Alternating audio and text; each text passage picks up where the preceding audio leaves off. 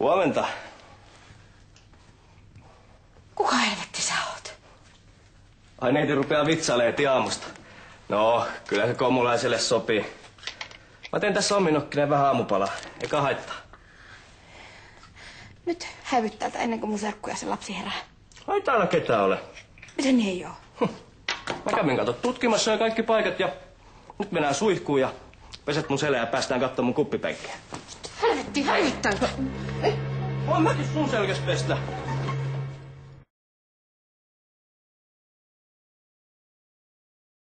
Lopettakaa!